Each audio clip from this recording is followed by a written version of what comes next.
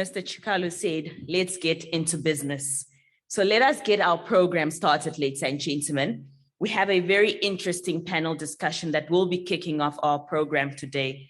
In fact, many talented people and entrepreneurs with great ideas do not fulfill their potential for a variety of reasons. This could be lack of ambition, distractions perhaps, a lack of confidence, maybe even poor support around them, or a lack of opportunity. Those who do reach their potential think and do things that help them to grow and get better.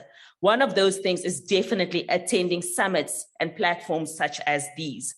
However, if and when exposed to opportunities to learn, there is always a greater chance of success. So today, unpacking the future of work-focused learning, I'd like to call upon our next panelists. Our moderator, Madam Sonto Mbonambi, who is the Chief Executive Officer for Small Tourism Enterprise Association in South Africa. Please give her a roaring applause.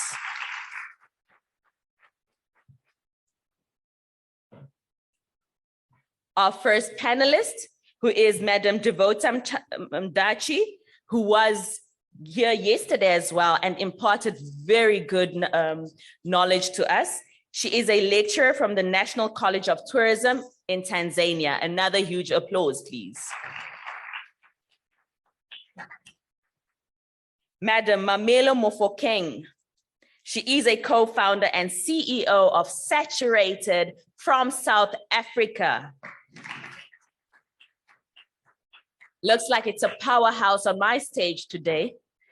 Madam Maipato Mmako, ladies and gentlemen, a lecturer, coordinator, and learning development facilitator from the University of Johannesburg, South Africa. Another applause, please. Thank you so much. Thank you so much to our panelists. I would now like to hand over to our capable moderator, Madam Sonto. Please do this topic justice. Good morning, ladies and gentlemen. I know it's a cold day, but we will try and do justice to the topic and have fun while we're at it. My name is Sonto again.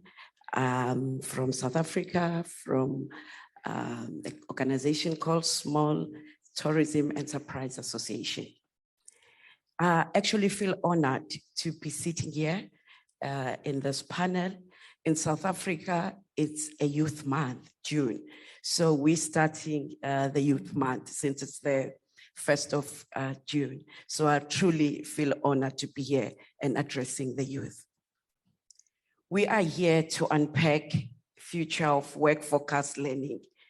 We're looking at equipping the youth, which is our youth, with quality education, training, and skills that meet the market needs. My panelists have already been introduced, so I will not introduce them again. When I was going through some studies, I came across a study in 2020, the International Labour Organization study identified some reasons why poor skills persist across the tourism sector. Amongst other reasons, this is some of them.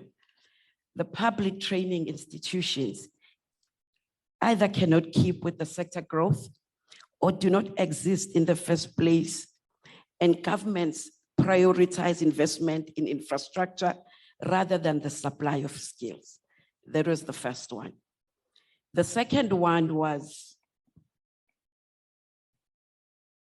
the training curricula are outdated and often focus on theoretical skills rather than practical ones. The next one was the positions available are not attractive enough. That is in terms of wages, career progression, and benefits for trainees to start a career in tourism. The enterprises, they struggle to find or replenish staff, particularly the most qualified workers. So, which means they cannot be able to find the most qualified workers. Okay. Noting the ILO study amongst others, we know that it's important to equip the youth with skills and knowledge that are relevant for the future work in the tourism sector. There's a need to build the capacity for future generations of tourism managers, leaders, and entrepreneurs. Starting with you, Mamello, you are sitting here next to me. You young, you vibrant, you are an entrepreneur, okay? How does this future of work across tourism sector look like for you? I think it's about adapting. We saw with COVID what happened. It was the reality of where we were and where we are right now. It's closed a lot of doors, but opened a lot of doors at the same time. So it's changed. We no longer need to look at ideas.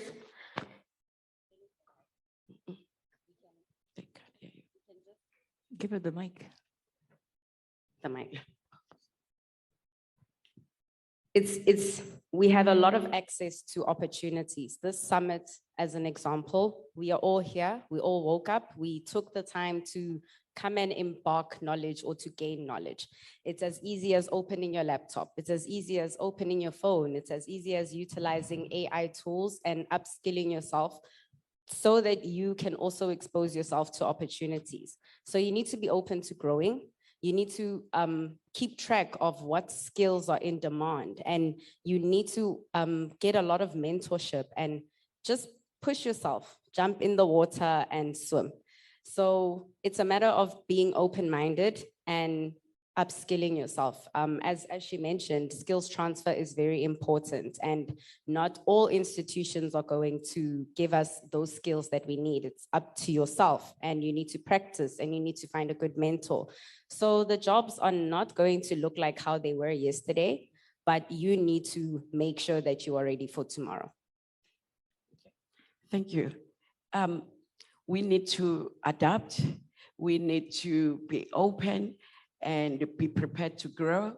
And you brought in mentorship. That mentorship is very important as well. And more than anything, we need to be open-minded. From your point of view, Devota, Yes. As a lecturer, how does this future look like? The future is very promising, and a very good example is where we are today. We're here in Namibia. We're here in a youth summit. We're engaging the youth. We're thinking of their future and not our present. Engaging the youth today has a great meaning that we're building the Africa of tomorrow. The mistakes that we made during our time, during our period, through those mistakes, the youth will be able to build a brighter and a better Africa, and it will be able to grow tourism in Africa. As my colleague said, mentoring is something that is very important. Apprenticeship, as I said yesterday, is something that governments, institutions should engage. Use the private sector, create opportunities for the youth to learn from us. We all learn from mistakes, and it's from those mistakes that most of the youth that we saw on this platform yesterday were able to grow their businesses. Not all of them made it on the word go. They underwent a lot of challenges, and it's through listening to the past, the people who went through the same steps before them, that they'll be able to learn, grow their businesses, and make a better Africa. We need to also to set up a succession plan.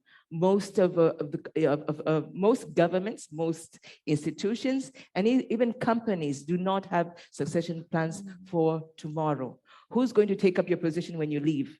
Who's going to build your company when you leave? So I think we have to start today and not wait for tomorrow. I'd like to congratulate again and again Namibia for taking up this initiative, and also UNWTO for creating such a platform. Thank you. Thank you, Devota.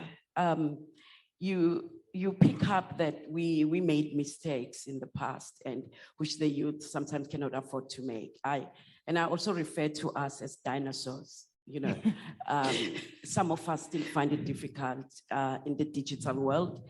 And now when you look at the outlook of life, when you're thinking of the youth, they're very savvy when it comes to the digital world. And so with them, we can see that the future is very much digital. Yeah. Okay, thank you. Madam Maipato, how does this future look like from your perspective?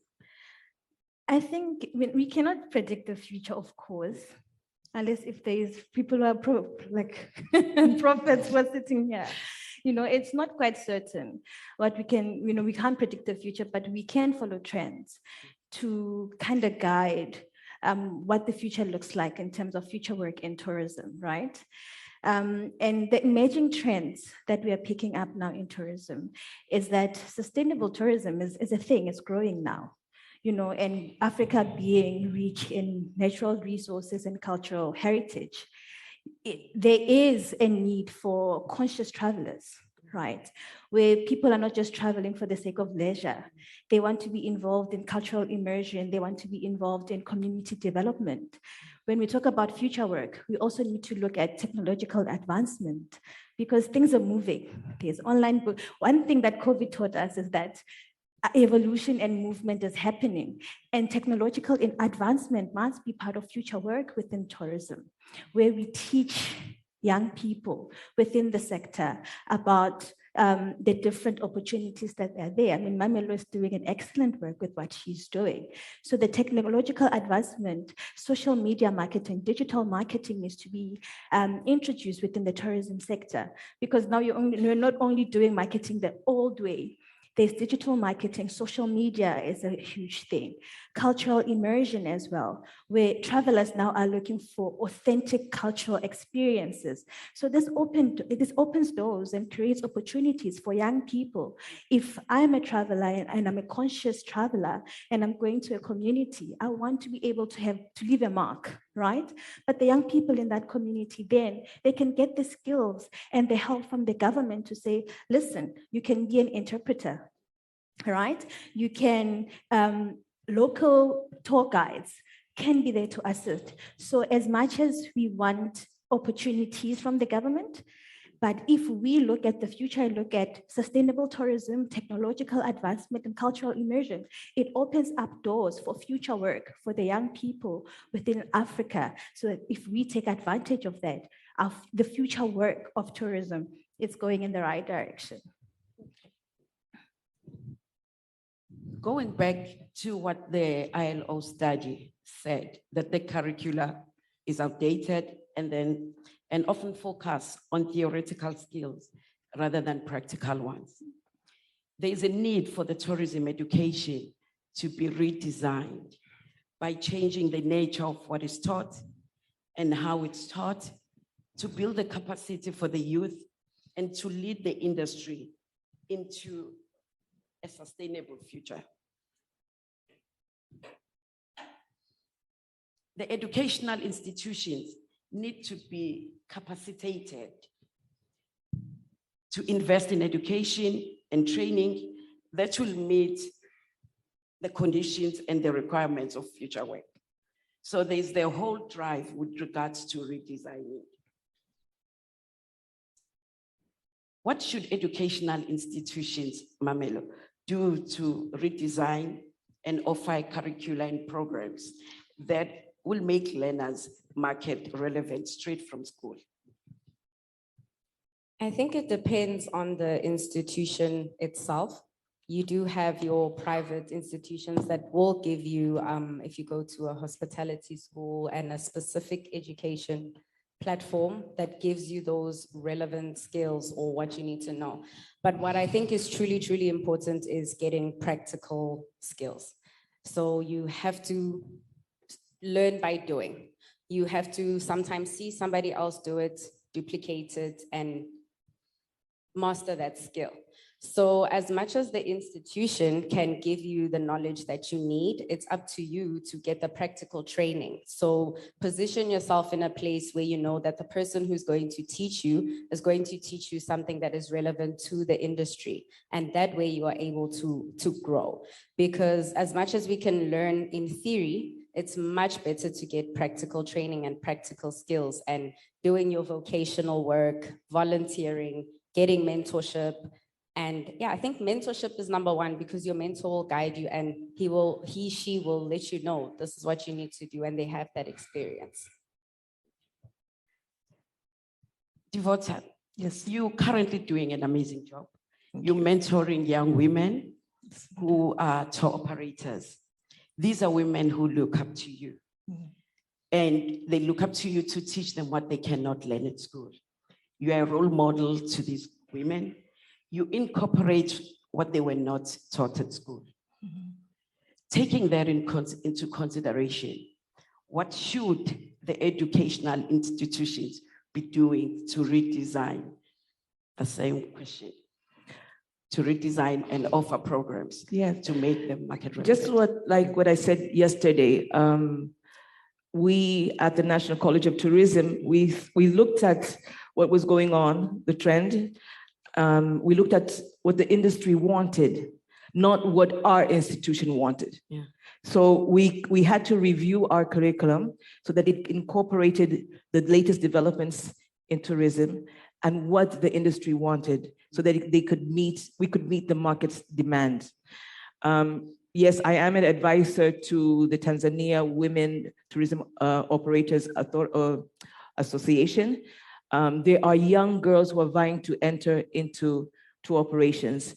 And what my role as the advisor is try to see what the industry wants and to try to mentor them so that they become better entrepreneurs. We teach them entrepreneurship, we teach them leadership, we teach them financial management.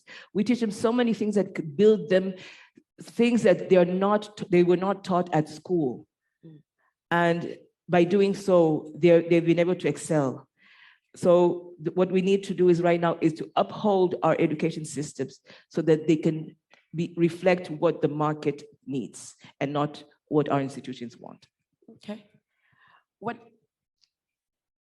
I think it's very important that we have the learning that happens out of class for our students, for our youth, because there's a lot that they can learn outside of a classroom, which they can never really learn in class. I mean, the practicalities, as Mamello said, it's the only thing that they will learn. Maipato, you take your students across Africa by bus, okay? Which I found very interesting, okay? Obviously, that's meant to educate them about a lot of things, about tourism, about the travel, about certain soft skills. Talk to us about how that comes in with redesigning the curricula and offering programs that will make them market ready. I didn't think you're gonna mention Africa by bus, but okay. Very interesting. So we go across Africa by bus, and I believe in experiential learning. That's my approach to teaching. Learn by doing. And my panelists did mention that learning happens outside the classroom. However, we are not reinventing the wheel. The term redesign, the design is already there. It's just redoing it in a way that the curriculum allows for these new young people to get into the sector that is progressive, right? So now we need to design the curriculum in a way that the students will learn the skills in the institution. And so that by the time they get into the market, they're ready. Not that when they get to the market and then we're going to restart getting these transferable skills. So in the curriculum that we need to do as institutions, in redesigning it, let's introduce these core skills within the institutions so that by the time they graduate, the students graduate, they are market ready, right? It's good to have job-specific skills, but what's going to take you further as a young person is for you to have transferable core skills, right? You need to be able to manage your time. You need to be able to manage the projects that are going to be presented to you. We need to teach students about taking initiative, because a lot of young people, when they get into industry, they're scared to take initiative, right? But it's one thing to look at preparing these young people to go into the industry. It's very good. We should do that as institution, but we should also really turn the tables around for the companies as well to be ready for these young people that are coming into their space, right? We are preparing these wonderful young people for them to be market ready, and then they get to these companies and we have gatekeepers. We have kind of, I don't want to say old people, more experienced people, where you get these young people that are energetic. We've prepared them as at institutions, and then you get there and the more experienced people within the company are threatened by them. So there has to be a balance where, as much as we prepare these young people to be market ready, there has to be an environment that is ready to receive them as well, so that they can foster growth and there's progression within the sector, and we can see the change and the development that the tourism sector involving young people, the potential, the landscape is there. We just need to be conducive in how we redesign, look at cost transferable skills that are going to help the young people advance. Yesterday, one speaker said, the youth need to have a 360-degree training, which means they need to be prepared at what they're going to get when they get into the market. That it's not all good. There are times where it's bad, but it doesn't mean that they should actually give up. And over and above that, it's giving them the techniques, what to do when things are difficult, how to carry on doing what they're supposed to do and forging on with their aspirations. I think that is very, very important, because that's some of it they cannot learn in class, but through things like mentorship, they can get that. Okay. There is a need to increase collaboration between the industry and educational institutions to ensure that the educational programs are aligned with practical needs. Partnerships between higher education institutions and private companies allow for increased mutual benefits in the form of exchange of knowledge and innovation.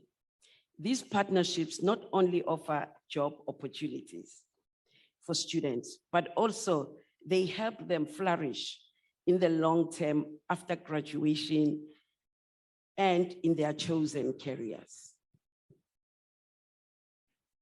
Mamello, you are entrepreneurs, we said. You come from a family of entrepreneurs as well. So entrepreneurship is a bug that you have. So taking that into consideration, how do you see this partnership happening between the two, between the educational institution and the private sector to make our youth practically ready for the market? I think most importantly, it needs to be beneficial to both parties. So if I'm a student and I'm studying hospitality studies, and if a private institution seeks my skills, and if I can possibly get a discount on my fees for training, I don't think you would say no. So you need to expose yourself to those opportunities that are beneficial to both parties in terms of education and from the practical elements, because the private institutions do actually have your CSR opportunities and your enterprise development opportunities. You just need to expose yourself. You need to go out there. You need to come to events like this. You need to communicate. You need to network. You need to position yourself so that at the end of the day, you are the one person who will stand out. And that's basically how you have to take it when it comes to the institutions, because they also need to benefit from you. So in the end of the day, you are winning and they are winning and everybody's winning. Okay. If I unpack this further, it actually talks about the future employability of our youth. So in terms of partnership, and we're saying, how can the private sector and the educational institutions partner? Devota, What's your perspective on that? Just as I said yesterday, it is very important for the private and public sector to work in partnership, especially in the tourism sector. When we're talking about mentorship, it's not only about the role of the government or the institutions to mentor to the youth, but also the private sector. And in fact, that's where they really do get the practical skills from. At the National College of Tourism, we do have such programs whereby we invite champions in the industry to talk to the youth, and they tell them their story. So the youth listen and they get firsthand information on what practical experience such a person got and how they were able to reach a certain level. And I think that's very important. Personally, when I was through my career, when I was growing up, I've went through a lot of mentorships. And one person that I'm very grateful, and very few of you know, but you know him, is Kwachi. There's a certain period when I went and worked with Ritosa for about 3 months, and I was able to get practical skills from him. Things that I wasn't taught at school, things that I wasn't taught at my workplace, but I was able to get it from another place in fact, out of Tanzania. So the same should be imparted to the youth, our youth. We should link them to champions, give them people that they can look up to and be inspired that our dreams can be achievable. When you talk of linking the students to champions, I think of one initiative which is in South Africa, driven by the National Tourism Strategy Initiative, which is the National Tourism Career Expo Initiative. I know that it's an initiative where the government and educational institutions and the private sector, they all come together to identify how the students can actually be helped, the youth, in such a way that recently they have a target of 300,000 job opportunities that they would like to create before or by 2026. But during that expo, it gives them a lot, the youth, an opportunity to interact with the champions directly, or with the employers as well. So they're able to hear from the employers directly what are their expectations, what it is that they actually look for in terms of employability. Maipato.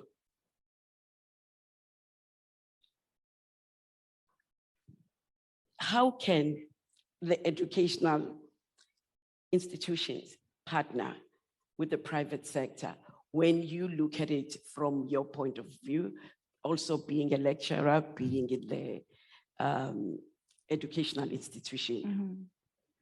Collaboration, collaboration, collaboration. That's the key term that we need to take from the two sectors, right? The institutional, educational sector and the private sector. And my co-panelists have mentioned it, collaborate. That's the only way that we can mesh the two. If, like Ms. Devota said, invite the champions, have guest speakers, right? Initiatives like what you just mentioned now, it's good that there is information. When there's collaboration, there's information that is exposed to the young people. And where there is information, there's kind of a direction of, okay, this is what I need to do in order for me to get to a certain place. But not only that, we cannot just have the private sector doing things to tick things off the box.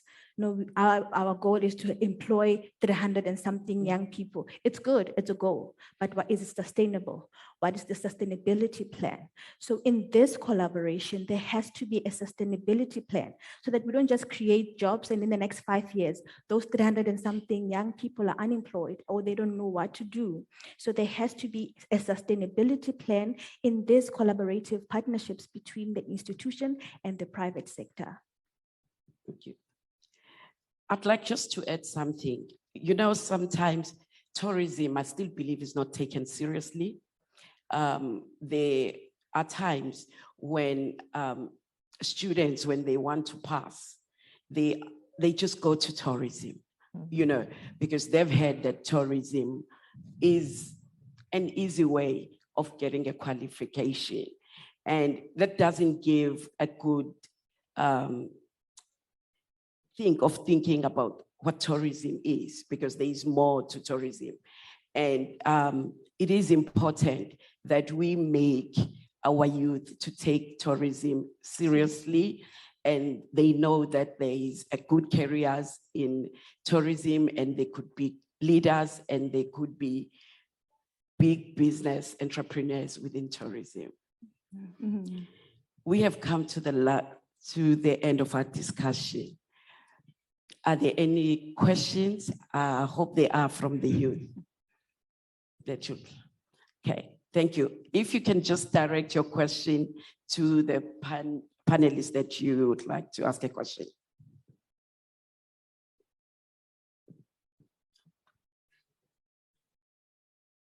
Yeah.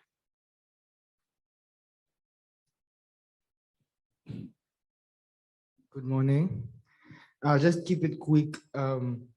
Let's say right now in our government, it takes but one. It works in academies and music labels. It takes but one to offset the loss of 10, 20. So would it work for the government to, at some point also, when we speak about trust that when you throw everything at the wall as much as you can, 1 or 2 or 3 of the youth would rise and then offset that loss of doing it? Because I believe, like, when we speak about trust, we speak about the youth not trusting the institutions anymore. And the institution should also, like, just put it ahead to be like, okay, no, if it works, it will work. And if it won't, it won't. And in a setting like this, where we should have all had proposals, and then the pioneers of the industry should have been like, that seems like it will work, that won't work, try that, and then we go with it ahead, see if we can make hundreds of millions in that, and keep on going it, because I believe, like, it's supposed to be a disruptive market. It's supposed, this disruption creates the stability we need, because it is a culture shock. Tourism does do that to all, it mixes the world. So it is a culture shock when you do come. So it is a disruptive market, and we should keep to that. Good comment. Okay. Would you like to answer that? I think it was a comment. It was a Yeah. comment. Yeah. Honestly, it was not Yeah. a- Yeah. yeah. Is there any other question Or comment. or a comment? Thank you so much. Maybe to the educators, I just need to ask how much, or have you maybe incorporated ICTs in your curriculums? And what are you doing maybe to foolproof some of the jobs in the tourism industry from maybe artificial intelligence and stuff like that? Thank you. So I believe when it comes to ICT skills, it's mandatory. It's like having financial skills. You need to be able to use your cell phone. You need to be able to use your laptop. You need to break the digital divide. We call it the digital divide, and we need to bridge that gap. So it's important within tourism to also have, as she mentioned, that she teaches her students to have financial management skills. She teaches them how to have time management skills. And I think it's important for the institutions to incorporate that, but I also think it's important as an individual to teach yourself. You mentioned artificial intelligence. That alone is a teacher. So you can prompt your AI tools and you can say, I'm looking to learn this and this and that. And it's going to return what needs to be done. It's going to tell you, this is step 1. This is what you need to do. And if you can learn how to use those artificial intelligent tools, such as your ChatGPT, I mean, there is a lot. And if you expose yourself to that, because we can no longer make it's another person's responsibility. It's about you as an individual and how you expect yourself to prosper in the industry. And the best way to prosper is to be the best version of yourself. So it's very important. I mean, you don't have to go to an institution to learn that. You can just open your laptop and you can search and you will find that response. So I think it's important, like, they are important. And in tourism, that is actually where the boom is gonna go. That is where the job opportunities are going to come from. Because as much as we have people on the ground, you also now need to have people on the cloud. And that is the reality and the truth of what is happening. Oh, just to add on what Mamello said. The education. On what Mamello just said now, is that it's good that you, as an individual, you take initiative to want to learn the skills. If we include it in the curricula in institutions to make sure that technological advancement is a course and is part of the work that we do in institutional level, so that it encourages the young people to want to do more outside of what is being taught in the institution. So to redesign, like you mentioned, the curricula and make sure that we have courses that talk about AI and, you know, technological advancement and how we can factor that in within tourism to make sure that the young people are foolproof or market proof by the time they graduate and they have to get into the market. So institutions need to play that role, maybe redesign their curriculum and make sure that there is that side of technological advancement within the curricula. Do we have another comment or question?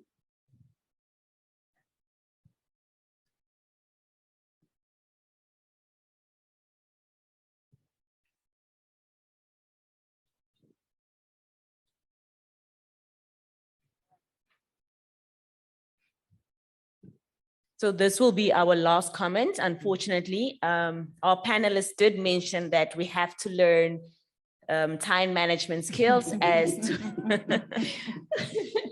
So yes, I am learning today and I am going to apply that. Thank you so much. Yes, good morning. My name is Isaac. I'm from Namibia, Kunene region. I just have a question. I have listened since day one about digital styles and whatever. But then there's also inclusions of the communities, like on the grassroots. What is it that the tourism industry in the whole world is doing to those who are between rocks trying to start? There's no communication, there's no network, they are not educated, but tourists can go there and meet them. What is your view on these people? Because one will drive maybe 200 kilometers away from a pool, down the field, meet somebody, maybe a Hiba, someone, just drafting his own stuff or her own stuff. What are you saying to these people? Because they don't have any access to modernity. What do you say to them? Wait, what's your name again? Isaac. Isaac, where are you from? From Namibia. And you are here? Yes. And you go back home to the village? Yes. You are the change. Okay. Yeah. There you have it, ladies and gentlemen. Our all-women's panel definitely dropping some gems. Give them a big round of applause.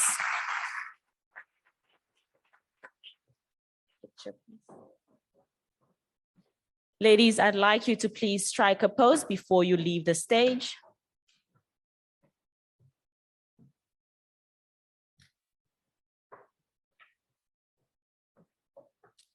Thank you so much. Thank you, ladies. Indeed, the future work of tourism is heading in the right direction. As I said yesterday, many governments are adopting policies to drive tourism in their respective countries. Let us continue to learn, as mentioned by our panel. The acquisition of knowledge is an ongoing process and at times one's very own responsibility. Thank you so much. Please give our panelists another round of applause. I'd like to welcome all those who have just joined us. Welcome to day 2 of the 5th edition of our summit. Please give yourselves a round of applause for making it to day 2. And just a reminder of where you are. Ladies and gentlemen, you are in the center of adventure called Swakopmund. Give Swakopmund a huge round of applause. Thank you so much. Thank you so much.